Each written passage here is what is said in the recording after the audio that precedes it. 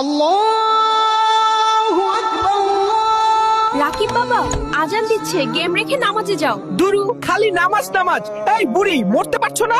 তোর জন্যই গেম খেলতে পারি না।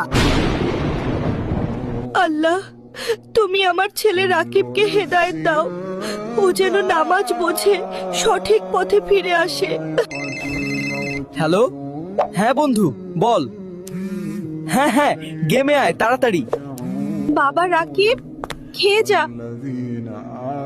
বন্ধু থাক, আজ চলে যাই। কাল আবার খেলবো। একটু গেম খেলি তো।